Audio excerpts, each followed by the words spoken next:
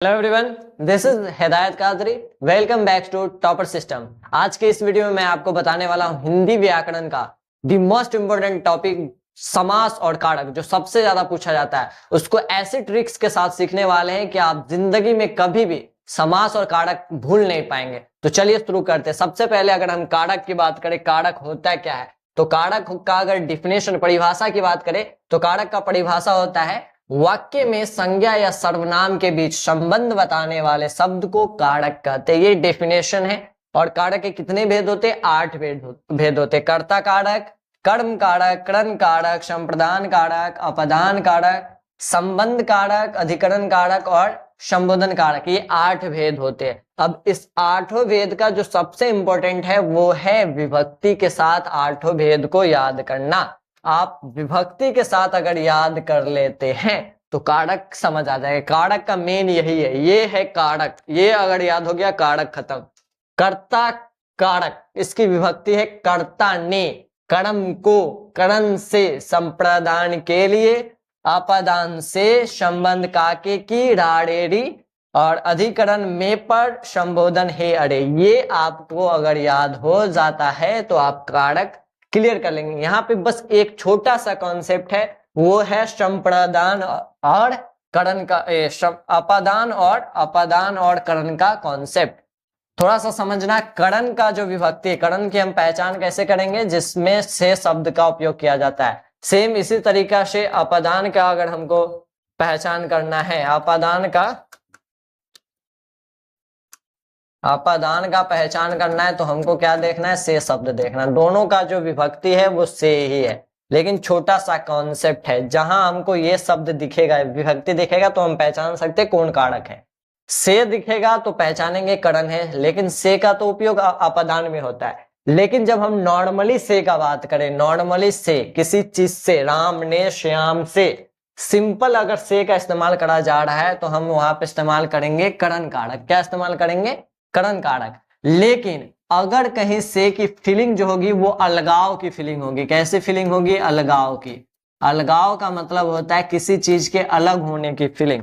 अगर कहीं कोई चीज अलग हो रहा होगा, किसी से अलग हो रहा है, तो वहां पे हम अपदान का इस्तेमाल करेंगे। जैसे पेड़ से पत्ते गिर रहे हैं, पेड़ से पत्ते गिर रहे हैं। यहाँ पे जो से की फीलिंग है, यहाँ आप से शब्द को देखेंगे, कारक कौन सा है? करण लगेगा या अपदान लगेगा? तो इसके लिए पूरा सेंटेंस को अच्छे से देखो। पेड़ से पत्ते गिर रहे, पेड़ से पत्ते अलग हो रहे हैं। जब कोई चीज अलग हो रहा होगा वहां पे अगर से का इस्तेमाल होगा तो वो अपदान होगा, और नॉर्मली से का इस्तेमाल होगा तो वो करण होगा। अगर ने इस्तेमाल हुआ है तो कर्ता ने, को इस्तेमाल हुआ है तो कर्म को। ये आप विभक्ति से कारक पहचान सकते हैं। और अगर आपको कारक आ गया तो आप समास समझ सकते हैं। तो अब आते समास क्या होता है। समास का बात करें तो समास का डेफिनेशन आप देख सकते हैं। समास होता है क्या? दो या दो से अधिक शब्दों से मिलकर बने शब्द को समास कहते हैं। इन शॉर्ट अगर कहा जाए तो समास को कहते हैं संक्षिप्त। अगर किसी चीज को हम छोटा कर देते हैं, संक्षिप्त में बताते हैं, तो वो समास होता है। समास का ओरिजिनल मीनिंग जो होगा वो होगा संक्षिप्त, ब्रीफ। समास को किसी शब्द को छोटा करते हैं वो समास कहलाता है। समास के कितने भेद होते हैं? समास के 6 भेद होते हैं। 6 भेद होते हैं। 7, 8, 9 आपको नहीं याद रखना, 6 ही भेद होते। कौन कौन होते हैं वो आप यहाँ देख सकते हैं। अव्ययी भाव समास होते हैं, अव्ययी भाव समास, तत्पुरुष समास, क्रमधारय समास, द्विगु समास, द्वंद्व समास और बहुव्रीहि समास। ये 6 समास होते। अब इसी 6 से क्वेश्चन पूछा जाता है, उसके यूजर्स पे, उदाहरण कहाँ कहाँ इस्तेमाल किया जाता है। अब इसको एक एक करके पढ़ते हैं, ट्रिक्स के साथ समझते हैं। सबसे पहले अव्ययी भाव समास क्या होता है। इसमें देखो, पहला समास के नाम में ही आपका ट्रिक छुपा हुआ है। समास के नाम में है अव्यय। क्या है? अव्यय। अव्यय किसे कहते हैं? ये एक अविकारी शब्द होता है। क्या होता है? जिस समास का प्रथम शब्द, प्रथम पद अविकारी शब्द हो उसे हम अव्ययी भाव समास कहते हैं। ये पहचान सकते हैं आप डेफिनेशन के तौर पे। अविकारी शब्द किसको कहते हैं? जिसमें विकार उत्पन्न हो। जिस शब्द में किसी भी लिंग से, पुरुष से, वचन से कोई भी चीज अगर परिवर्तन नहीं होता है, चेंज नहीं होता है, तो वो अविकारी शब्द कहते हैं। एक डिफिनेशन हो गया। पहचानेंगे कैसे? ट्रिक क्या है? अव्ययी भाव समास का ट्रिक क्या है? तो आपको ट्रिक में देखना है कि कहीं भी अगर शब्द, कोई सा भी शब्द अगर शुरू हो रहा होगा यथा से, आ से, भर से, प्रति से, पर से, अनु से, निर से, तो ये सारा का सारा कौन सा समास कहलाएगा? अव्ययी भाव समास। जैसे यथाशक्ति, यथा शब्द से शुरू हो रहा है, अव्ययी भाव समास। यथासंभव, अव्ययी भाव समास। आ जन्म, आमरण, आ लगा है शब्द के शुरू में, तो ये क्या हो जाएगा? अव्ययी भाव समास। भरपेट, प्रतिदिन, भरपेट में भर शब्द का इस्तेमाल करा गया, प्रति में, प्रतिदिन में प्रति शब्द लगा है। तो शब्द का शुरू देखना, अगर शुरू में यथा, आ, भर, प्रति, निर, अनु ये शब्द का इस्तेमाल अगर करा जा रहा है तो कौन सा समास होगा? अव्ययी भाव समास। दूसरा समास आता है तत्पुरुष समास। तत्पुरुष समास के अंदर बहुत सारे भेद होते हैं और वो भेद आपको समझना है कारक से। तत्पुरुष समास के अंदर कारक का उपयोग करा जाता है, इसलिए समास और कारक जो है वो रिलेटेड है। कारक के जो 8 भेद होते हैं उसका हम तत्पुरुष समास में भी इस्तेमाल करते हैं और ये तत्पुरुष का भेद भी हो जाता है। क्रम तत्पुरुष, करण तत्पुरुष, ये सब कारक से ही आ गया। तो जहां हम कारक का इस्तेमाल करेंगे, जिस समास में कारक का उपयोग होता है वो तत्पुरुष समास होता है। पहचान क्या है?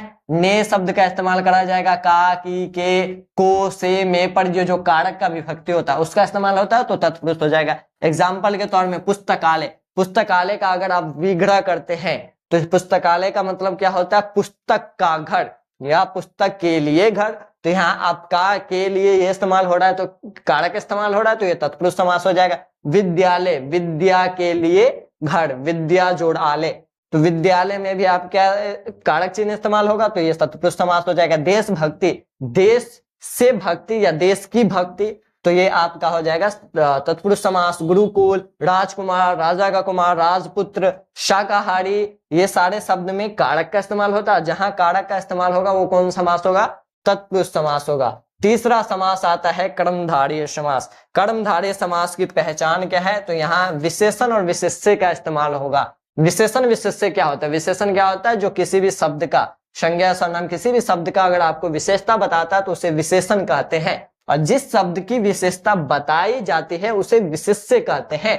जैसे अगर हम लिखे पीला वस्त्र, क्या लिखे? पीला वस्त्र, तो वस्त्र क्या है? कपड़ा। कपड़ा कैसा है? पीला, तो ये कपड़ा की विशेषता है पीला, तो पीला क्या हो जाएगा? यहाँ पे आप पीला क्या है? पीला विशेषण है। पीला क्या है?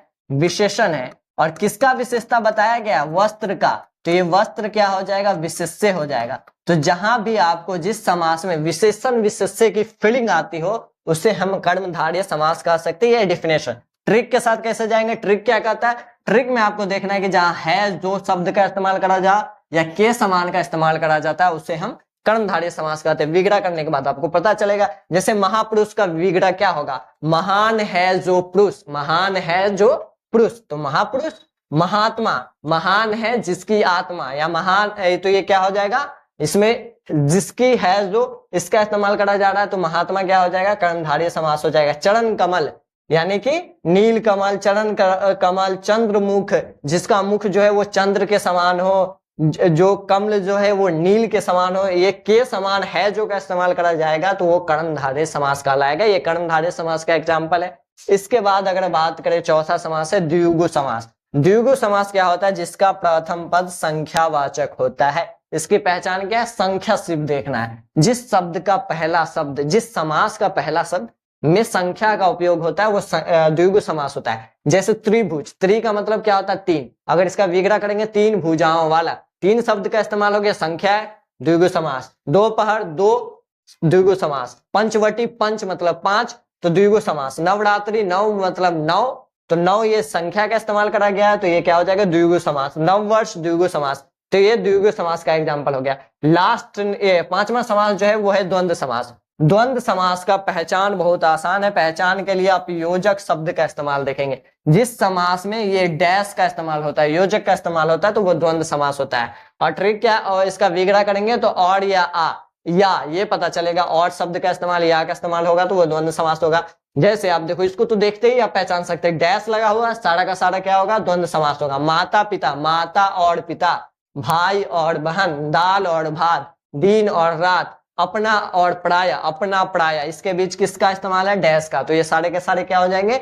द्वंद्व समास हो जाएंगे। आखिरी समास है बहुव्रीहि समास। इसमें स्टूडेंट को ज्यादा कंफ्यूजन होता है, इसको भी एकदम आसानी से समझते। बहुव्रीहि समास क्या होता है? ये वो समास होता है जिसका प्रथम शब्द जो मूल रूप से अपना जो अर्थ होता है उसको छोड़कर नया अर्थ धारण कर लेता है, वो बहुब्रीहि समास होता है।